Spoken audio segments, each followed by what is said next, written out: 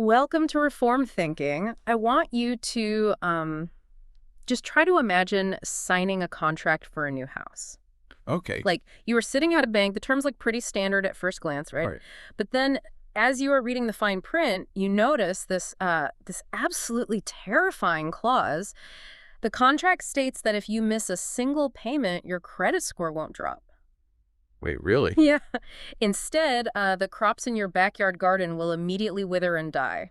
Oh, wow. And it gets worse. If you default on the loan entirely, the water coming out of your kitchen faucet turns to poison, and your dog will permanently stop having puppies. That is a horror movie, not a mortgage. Right. You would never sign that because, the idea that a moral or a financial failure could physically alter the dirt and the biology of your home, it is just horrifying to our modern minds. Yeah, we totally separate the spiritual from the physical. We always compartmentalize those things. Yeah. We do. But today, we are doing a deep dive into a stack of ancient texts that reveal a worldview where no such separation exists at all. We are looking at an entire system of reality, all centered around a single, seemingly harmless Hebrew word. And it's a word you use every single week when you walk into a grocery store. Yeah. The word is Peri, which translates to fruit. Just fruit, like literal fruit. Just fruit. You see a pile of apples or, a bunch of grapes, and you see a biological product, you put it in a plastic bag, toss it in your cart, and you probably never think about it again. Right, it's just a snack. But in the ancient Near East, the concept of fruit was not just a category of food. It was the absolute center of their economic, theological, and psychological universe. So the mission for our conversation today is to track how this one agrarian term starts in the literal dirt, expands to define the human family, becomes the enforcement mechanism for divine law, and then, shapes how we understand the consequences of every single action we take and every single word we speak. It is a massive conceptual shift. It really is. And we see how massive it is when we look at the raw statistics of the source texts. The term Peri occurs roughly 119 to 120 times in the Hebrew text. That is a huge footprint. It is. And when the Hebrew Bible was translated into Greek a few centuries before Christ, the translation known as the Septuagint, the Greek scholars basically hit a brick wall. What do you mean? Well, they realized the Hebrew word carried way too much conceptual weight for any single Greek equivalent, so they had to split it up. Oh, I see. Yeah, most of the time, 65 times to be precise, they use the word karpos, which refers to, literal biological fruit. Like the apples and grapes. Right. But another 9 times, they use the word genema, which refers much more broadly to a product, an outcome, or a yield. So they were trying to, build a fence around a concept that just refused to stay neatly inside a botanical box. Spot on. The Greek translators recognized that an apple growing on a tree and, say, a consequence growing out of a human lie, they were governed by the exact same principle. The literal necessity creates the metaphor. But I feel like before we get to the metaphor, we need to understand the absolute desperation of the literal dirt. We really do. We need to look at the linguistic soil of the ancient Near East. Yeah, so the word peri originates from the root verb parah, which means to bear fruit or be fruitful. And if we track this root across the geography of the ancient world, it paints a very clear picture of human survival. Right. We find cognates of this word scattered across completely different empires. In the Samaritan dialects, it shows up as firi. In Jewish Aramaic, which was kind of the lingua franca of the later ancient world, it is pira. So the surrounding nations, like the political rivals and the trading partners of the Israelites, they are making the same sounds to describe the same reality. Precisely. And it stretches much further than that. You find it in Ugaritic as part. Oh, Ugarit was a huge trading hub, right? Oh, massive. A cosmopolitan port on the Mediterranean coast. You also find it in Phoenician and Punic, also as Peri. And the Phoenicians were, the great seafarers and merchants of antiquity. Wow, okay. You see it in Syriac as Pobra, in Ethiopic as Phara, and all the way down into the Egyptian Empire as Part. That is wild. I mean, you have to visualize the map here. You really do. You have the Egyptians relying on the annual flooding of the Nile River. You have the Phoenicians building maritime trade routes. You have the Israelites relying on seasonal rainfall in the Levant. Right. These cultures had wildly different political systems, vastly different military strategies, and completely incompatible pantheons of gods. But they all shared a singular, terrifying vulnerability: starvation. Yeah. And I think we lose this standing in the modern produce aisle. In the ancient world, before coined money became the standard global currency, agrarian output was your bank account. That is it. That is the You reality. either produced fruit from the ground or your family died. It was the great equalizer. The Egyptian pharaoh and the poorest Israelite shepherd both woke up looking at the sky or the river, knowing their survival depended entirely on the earth yielding its produce. And that shared vulnerability is why the linguistic root is so ubiquitous across the whole region. Think about how trade functioned before fiat currency. Right, you couldn't just wire money. Exactly. I mean, you could not digitally transfer funds to buy wheat from Egypt if a famine hit Canaan. You had to physically trade the yield of your land. Your agricultural surplus was your only leverage? Yes. Your social standing, your ability to pay a dowry, your capacity to survive the winter, it all hinged on the physical yield of the soil. Which makes complete sense of why a word loaded with so much sheer survival weight would eventually carry heavy theological concepts. What do you mean? Well, I am thinking about how we use language today. Words that represent critical life or death elements always bleed into our metaphors. Oh, sure. Look at the word fire. You start by cooking your food with it, but because it is so primal, we've actually start saying a politician is under fire or, a stock is catching fire. Right, right. Or the word water. You drink it to survive, but soon you say you're drowning in paperwork or an idea is dead in the water. That is a great analogy. The greater the physical necessity, the wider the semantic range. Because Peri was the ultimate economic currency and the sole metric of survival, it commanded everyone's full attention. It was the lens through which they interpreted reality. Yeah. And we see this lens applied on the very first page of the Hebrew text. Yes, let's look at Genesis 1 and the first trees. The literal usage of the word bursts onto the scene during the creation narrative. It does. In Genesis 1.11 and 1.29, God commands the earth to bring forth vegetation. The text uses the specific phrase, Peri, which translates to fruit-bearing trees. The text highlights plants yielding seed and fruit trees bearing fruit in which is their seed. Notice the unmediated nature of this event. Yeah, there's no delay. Right. The text does not describe an evolutionary millions of years process of cellular development. God speaks, and the dirt instantly obeys by producing a physical biological yield. It is instant. The biological starting point of the universe is tied directly to the sovereign decree of the Creator. And the rest of the Hebrew Bible goes out of its way to categorize the literal produce of the land as an extension of this initial creation decree. And the writers didn't just say food, they were highly specific about the categories of the harvest. So very specific. We see references to the fruit of the vine in Ezekiel 17.8. We see the fruit of the orchard in Amos 9.12. Proverbs 27.18 talks about tending the fig tree to eat its fruit. Ezekiel 17.23 even talks about the fruit of the cedar. Right, the cedar. That last one is fascinating because the cedar of Lebanon is not what we would call an edible fruit tree today.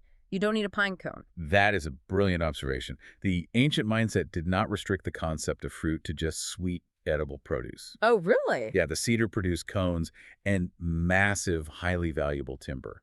The timber itself was the peri, the yield of the tree. Anything the ground generated that had value was considered its fruit. That broadens the definition a lot. It does. This is why you constantly see two repeating phrases throughout the ancient writings. Pari hadama, the fruit of the ground, and pari hade, the fruit of the land. And those phrases tie the physical dirt back to the divine will. I mean, for the original audience, agronomy didn't exist. Right, no science of soil. None. They didn't understand soil pH levels or nitrogen fixing or synthetic fertilizers. When an Israelite farmer looked at a thriving fig tree, he did not credit his superior farming techniques. He credited the direct intervention of God. We can see just how tight that connection was by looking at a really interesting textual issue in Psalm 104.13. Oh, I love this part. Yeah, so the psalm is a majestic poem about God sustaining the creation. The Masoretic text, which is the authoritative Hebrew text handed down by the Jewish scribes, reads, "From your lofty abode you water the mountains. The earth is satisfied with the fruit of your works." And the context here is God sending rain, right? Spot on. The rain is the work, and the vegetation that grows is the fruit of that work. This is a beautiful image. But I know there is a debate about the specific Hebrew words used in that verse. There is. Some scholars argue for an emendation, like a slight correction to the text. To understand why, you have to picture how these scrolls were preserved. Okay. Scribes copied them by hand, letter by letter, century after century. The Hebrew phrase for fruit of your works is miri ma'aseka, but some suggest the original text might have read mimi alioteka, which means from the waters in your upper chambers or store chambers. Wow. Okay. So in ancient Hebrew scripts, do those two phrases look visually similar enough that, a tired scribe working by candlelight could have easily swapped them? Yeah, exactly.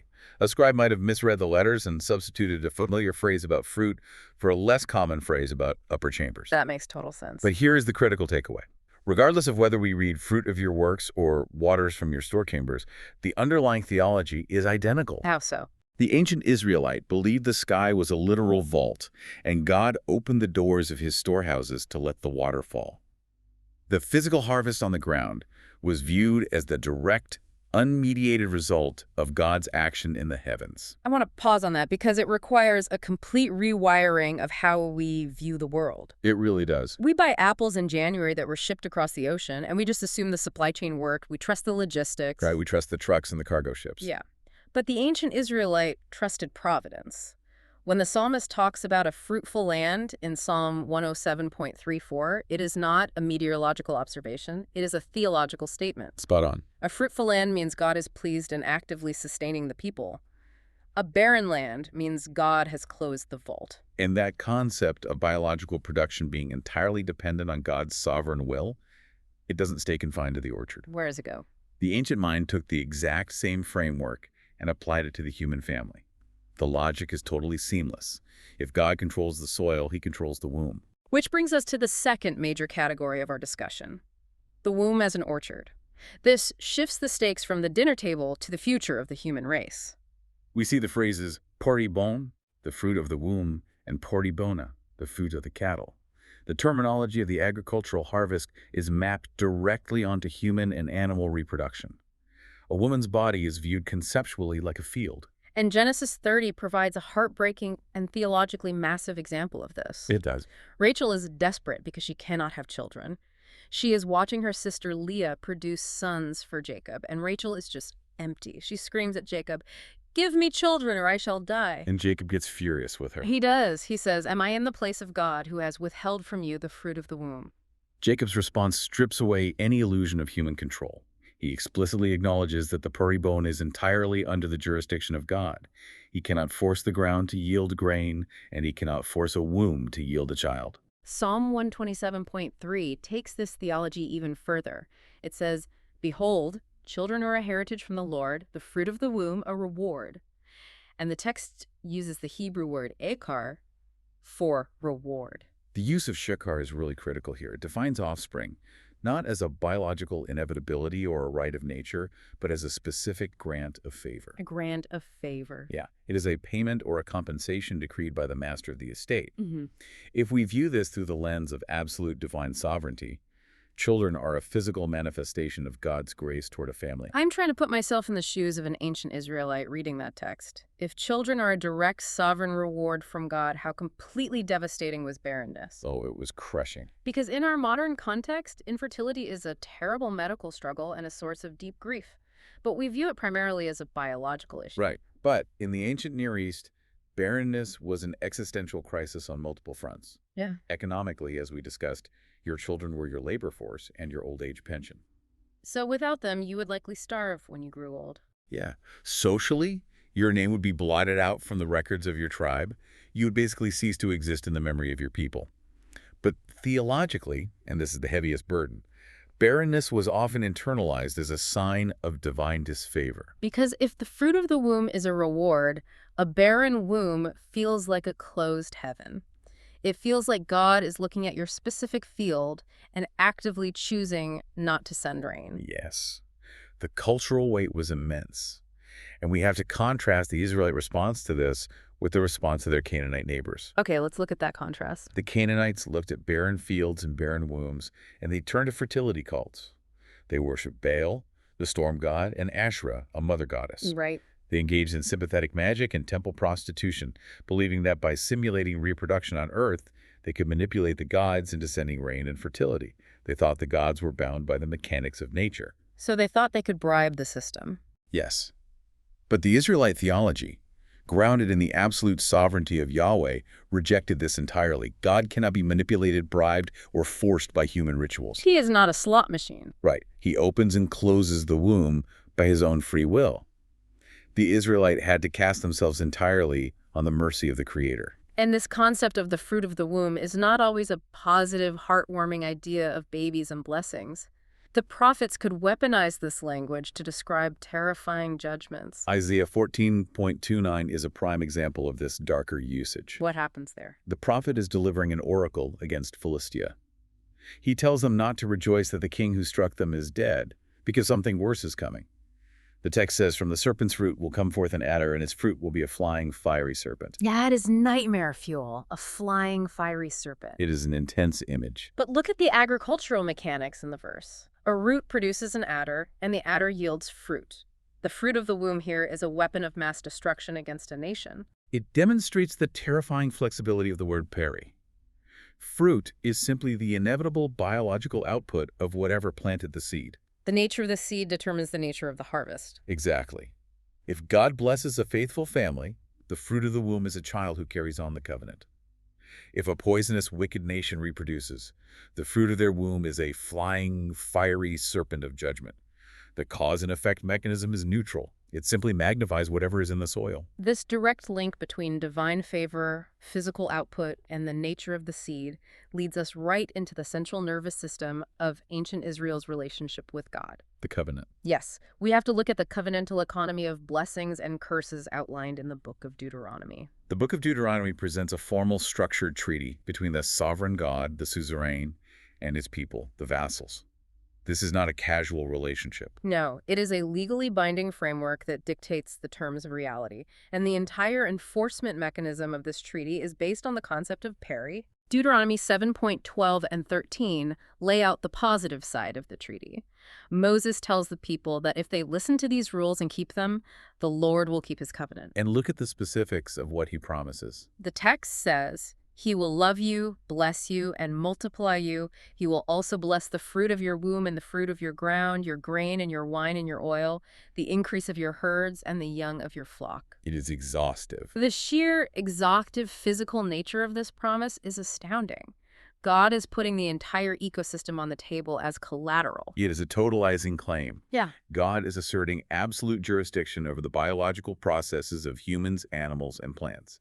He is telling Israel that their moral and spiritual loyalty will act as the master switch for the physical prosperity of their nation. If they obey, the fabric of the universe will cooperate with them. But the alternative is laid out with equal clarity, and it is horrifying. The curse. Yeah, Deuteronomy 28.15 and 18 outline the curses for rebellion. "But if you will not obey the voice of the Lord your God, cursed shall be the fruit of your womb and the fruit of your ground, the increase of your herds and the young of your flock." The prophet Jeremiah reinforces this centuries later in Jeremiah 6.1. He says, "Hear, O earth, behold, I am bringing disaster upon this people, the fruit of their devices, because they have not paid attention to my words." The earth is called as a witness to the prosecution. Yes. Let me bring back the mortgage analogy I mentioned at the beginning, because I want to make sure we grasp the holistic terror of this arrangement. Please do. Today, our penalties are compartmentalized. If I get a speeding ticket, I pay a fine. My bank account drops by $100, but my physical health does not fail and my roof does not cave in. The penalty is isolated to one area of my life. You experience a financial consequence, but your biological reality remains untouched. Right. But under the covenant of Deuteronomy, there are no compartments. You cannot separate your private spiritual rebellion from your public agricultural reality. They're completely fused. If a man in Israel secretly turns to worship an idol in his tent, the sky above his farm turns to bronze, the dirt under his feet turns to iron, his wife's womb closes, his sheep miscarry. The physical universe is enlisted as the police force of the moral law. This is a vital point for understanding biblical theology. This is not a transactional, karma-based vending machine where good deeds automatically output a grape. That is a great distinction. Yeah, this is a covenantal structure established by a sovereign God who dictates how his universe operates. He has hardwired the material world to respond to his decrees regarding his people. The dirt is not acting on its own. It is responding to the voice of its creator, judging the people. And this cause and effect relationship built into the bird of the covenant lays the groundwork for a massive philosophical leap. How so? Well, the biblical writers begin to take the concept of an agricultural harvest and apply it to the invisible world of human choices, which brings us to the anatomy of action. Yes, we are shifting here from the literal dirt and the literal womb into metaphorical territory. The Hebrew concept is peri malalim, which translates to the fruit of labors, the fruit of actions, or the fruit of a person's way of life. The writers are using agriculture to explain the mechanics of morality. Proverbs 1.31 is the classic text for this. Wisdom is crying out in the street, warning people not to ignore her. She says that those who hate knowledge and do not choose the fear of the Lord, therefore they shall eat the fruit of their way and have their fill of their own devices. When you analyze the texts, you see two completely distinct harvests being cultivated by human behavior. It's a binary system. Okay, what is the first one? On one side, you have the fruit of righteousness, mentioned in Amos 6.12, and the wages for the righteous in Psalm 58. By the way, the word translated as wages in that psalm is actually peri. Righteous actions produce a good, sustaining, life-giving crop. And on the negative side of the ledger? You see a massive catalog of destructive harvests. Hosea 10.30 talks about the fruit of lies. Jeremiah 6.19 mentions the fruit of their schemes. Isaiah 10.12 speaks of the fruit of an arrogant heart. I am struggling to process the brilliance of this metaphor. Let's really look at the agricultural logic the prophets are using. Okay. You cannot plant a mustard seed and harvest a watermelon. It violates the basic laws of biology. In the exact same way, the biblical writers are arguing that you cannot plant arrogance and harvest peace. You cannot plant deception and harvest ability. The exactness of the metaphor is what makes it so terrifying. The ancient texts do not view sin as a legal infraction, like jaywalking, where a judge might randomly decide to let you off with a warning. Right, it's not arbitrary. No, sin is viewed as a physical seed planted in a field. It has a DNA structure. Once you plant it, it initiates a biological process that cannot be stopped. I want to focus on the concept of gestation, because this answers one of the oldest questions in human history. Why do wicked people seem to get away with it? Oh, that is a huge point. If you view sin as a broken rule, you expect instant lightning from heaven. When the lightning doesn't fall, you assume God doesn't care or the system is broken. But if you view sin as a seed, the delay makes perfect sense. Yes. Crops have an unavoidable gestation period. An apple tree does not bear fruit the day you plant the seed. It takes years of invisible growth beneath the soil, followed by the slow budding of branches. Yeah. When a person tells a lie or acts in arrogance, they are planting a seed in the soil of reality. For a long time, the surface of the ground looks completely undisturbed. They think they beat the system. But the seed is germinating. The roots of the deception are spreading underground, tying themselves to other events, involving other people, and then inevitably the harvest breaks through the surface. And notice the specific punishment outlined in Proverbs 1. God does not strike them with the sword. He forces them to eat the harvest they grew. They shall eat the fruit of their way. Yes, the ultimate judgment of sin is being forced to consume the reality you created. You plant schemes. You spend your life eating paranoia and betrayal. You plant lies. You eat a harvest where no one trusts you. You are poisoned by your own agricultural output. That is a staggering realization.